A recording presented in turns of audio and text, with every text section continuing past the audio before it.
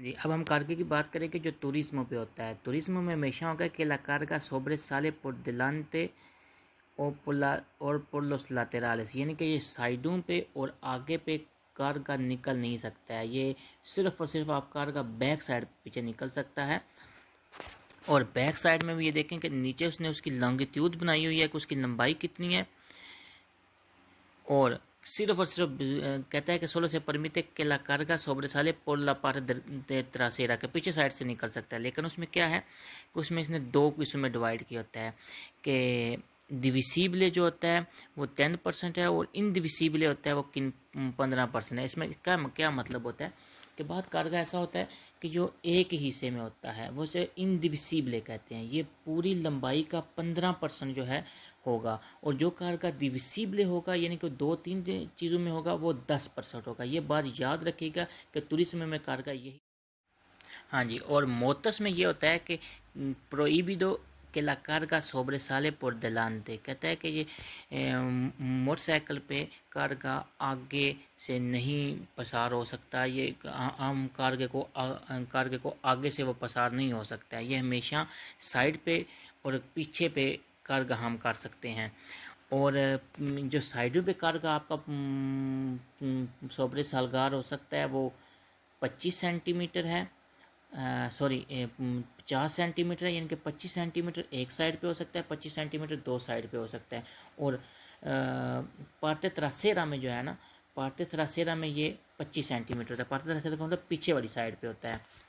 और ये बात याद रखिएगा कि ला कार्गा नो से सेनियालिसा, कि कार्गा इसका जो मोटरसाइकिल पे जो हम कार्गा करेंगे उसको हम सेनियालिसार नहीं करेंगे, उसके हम कोई चीज़ नहीं लगाएंगे जिससे वो नज़र आए किसने बंदे ने कार्गा किया हुआ है।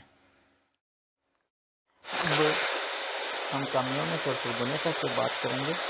जो कामियोनेस और फुर्गोनेटस जो 5 मीटर की जिनकी लंबाई होती है, उनमें कार्गा जो है वो आगे भी हम लगा सकते हैं और वो पीछे भी लगा सकते हैं। जैसे कि इसमें से क्लियर ज़ाहिर हो रहा है फ़ोटो में से कि हम उसका तीसरा हिस्सा जो है वो कार्गा सोबरे सलीर अदलांते भी हो सकता है और तीसरा हिस्सा जो है सोबरे सलीर देतरास भी हो सकता है।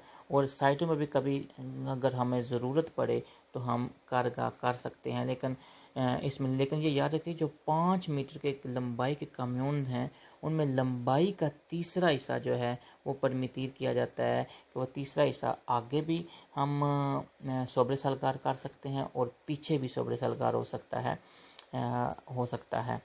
ये जो काम्योनेस और फुर्गोनेतास हैं ये 5 मीटर वाले हैं जी।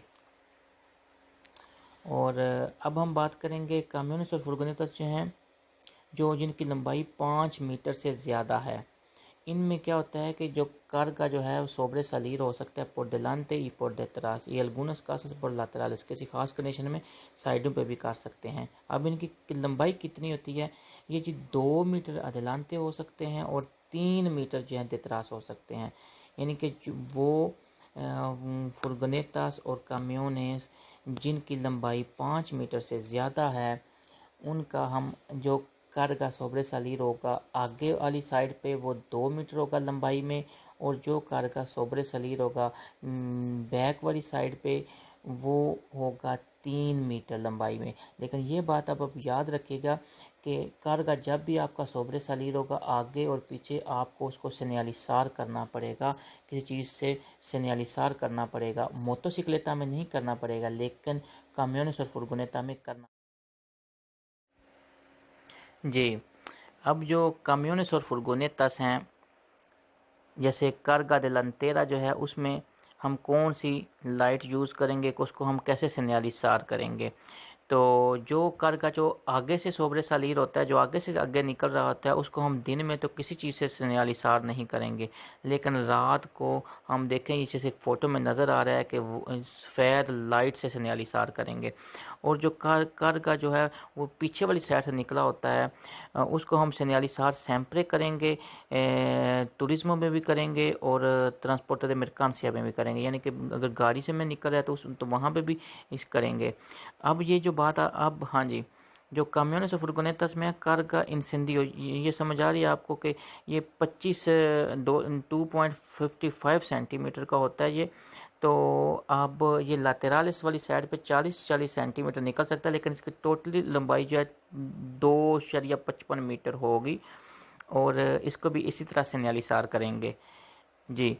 और ये होता है कार्गस इंडिविसिबलेस के जो कम्यून छोटे होते हैं और कार्गा बड़ा हो जाता है, तो ये वहाँ से ये बाहर निकल सकता है। तो ये जो है ना, ये रेड और वाइट लाइट वाला ये जो रंग वाला नीचे बना हुआ है निशान, ये हमेशा बैक साइड पे सिग्नलिसार होता है। जैसे ये दोनों साइड पे आपको नज़र आ रहा है, इसमें देखिए कम्यून छोटा नज़र आ रहा है, लेकिन ये 40 सेंटीमीटर एक साइड पे हम कर सकते हैं, लेकिन टोटल जो है हमें 2.55 करना पड़ेगा जी। अब हाँ जी, अब होता है डिमेंसियोनेस मैक्सिमास।